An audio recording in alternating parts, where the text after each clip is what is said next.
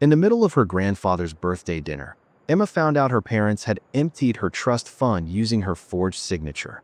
The lawyer slid the documents across the table. Transfers completed years ago, consent she never gave, money already gone. It wasn't a misunderstanding or a delay. Her parents had taken everything meant for her, and the proof was already on the table. The knife hit the glass once, sharp, metallic. The sound sliced through the hum of expensive conversation.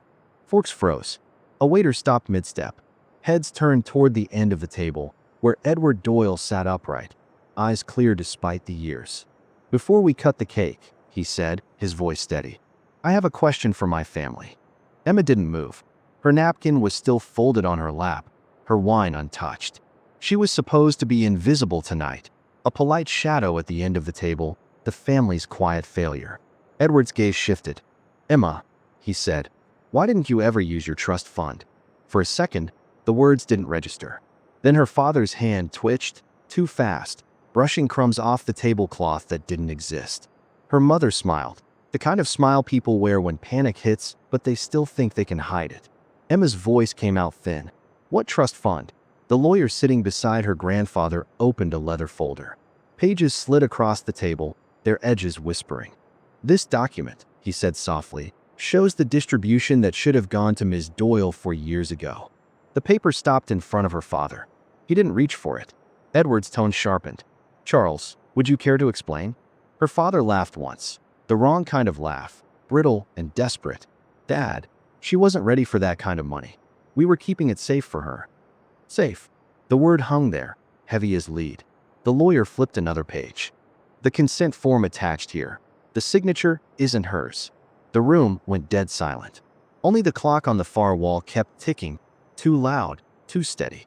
Emma stared at the papers. Her name, her forged signature, her parents' initials. Her mother whispered, "Emma, we did it for you." But her father didn't look at her. He stared straight ahead, as if still hoping the room might move past it. Emma's hands were still, but her pulse was hammering. For the first time in years, she wasn't ashamed. She was watching them. The next morning, the house was quiet, but not peaceful. The hum of the fridge, a creak from upstairs, then silence again. Emma sat in the kitchen with a mug of coffee gone cold. Her grandfather walked in without knocking. In daylight, he looked smaller, worn, like someone who hadn't slept. He pulled out a chair and sat across from her. "I should have known," he said quietly. "I let them handle everything because I thought they understood fairness." Emma didn't answer. She stared at a sugar packet on the table, turning it between her fingers until it tore. Edward slid a card across to her. "This is my attorney. He'll help you get it back." She looked at the name printed in clean serif font, someone from the family's legal firm. It felt too formal, too unreal, like paperwork for another person's life.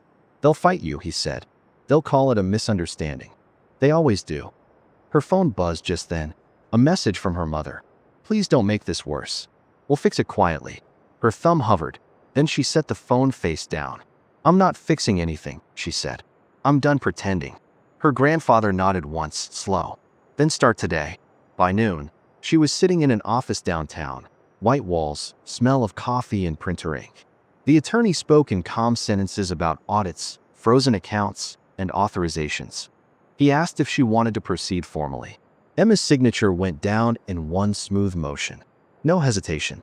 The pen left a faint scratch on the paper, sharp and deliberate. When she walked outside, the sky was pale gray, the kind that made the world feel heavy and honest. She exhaled once, realizing her hands weren't shaking anymore. Her mother called later that evening. Emma let it ring twice before answering. "Emma, please," her mother said, voice breaking, "we did it for you."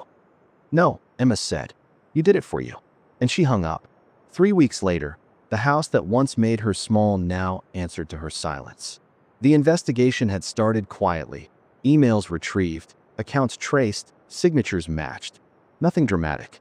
Just paper doing what truth does best, accumulating. For a moment, the only sound was the copier humming, steady, mechanical, the sound of truth being printed. Emma met with the legal team every few days. The conference room smelled like toner and carpet cleaner, too cold from the air conditioner. The lawyer, a steady man in his 50s, talked through every document like he'd seen this 100 times. "You don't have to say much," he told her once. Just let the records talk. So she did. Her father tried reaching her through relatives. Cousin messages came. He's sorry. He didn't mean it like that. Another. He's worried about the press. Emma didn't reply.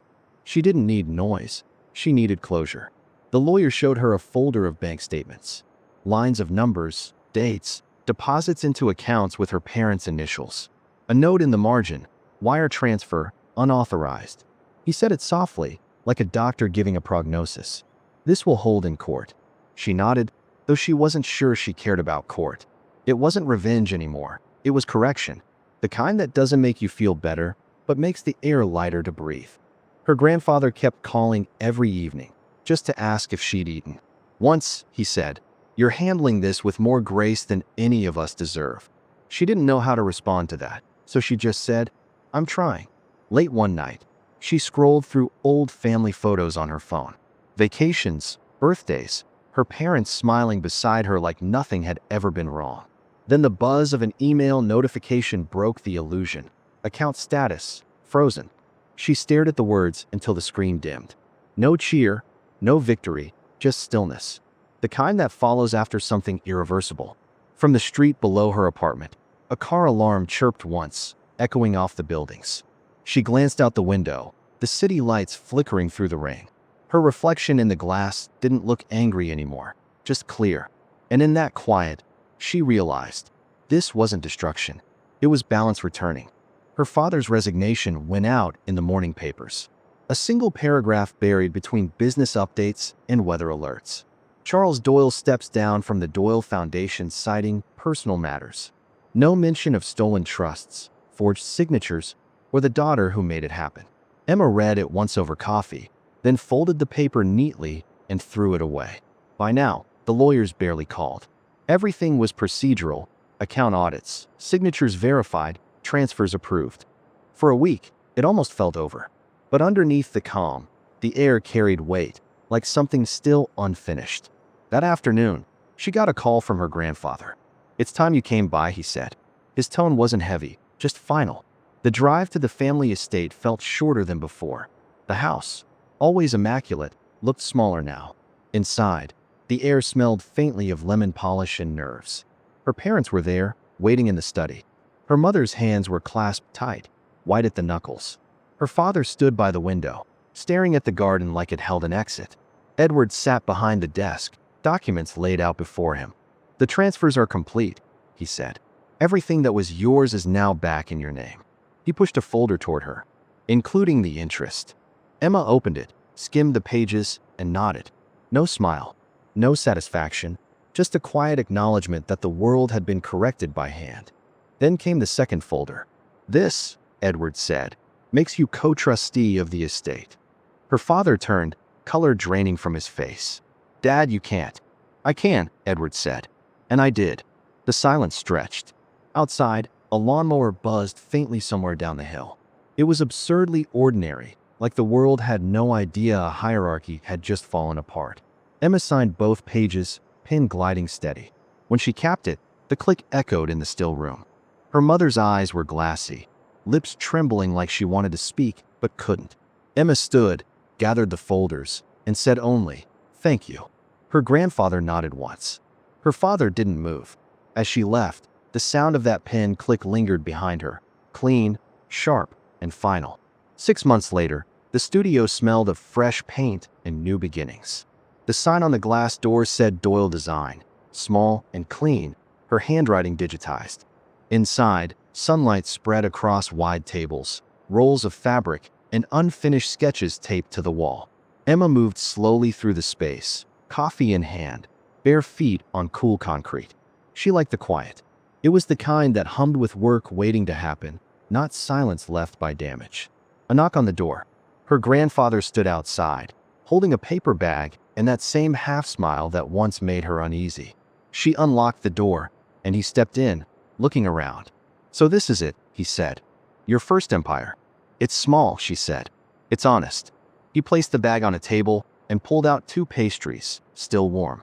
They ate in silence for a while, watching the street through the window. "I kept wondering," he said finally, "what you'd do with it all. The money, the power. Most people would have tried to prove a point." Emma shook her head. I just wanted the truth back where it belonged. He nodded, understanding without needing more words. Then he reached into his coat pocket and set something on the table. The silver pen she'd used to sign the papers months ago. "Keep it," he said. "It suits you better than me now." She turned it in her fingers, feeling the weight. Same metal, same click, a different meaning. After he left, the studio filled again with quiet light. Emma stood near the window, looking at the framed photograph on the wall. Her grandfather as a young man beside one of his first ships, the caption beneath it in his handwriting. "Fairness isn't given. It's enforced." She smiled, barely. Not pride, not revenge. Just balance. She placed the silver pen next to her laptop, straightened the frame on the wall, and turned off the lights. Outside, the glass door caught her faint reflection, steady, still, her name glowing in the evening light. The world kept moving, calm, indifferent. She locked the door, slipped the silver pen into her pocket, and walked away.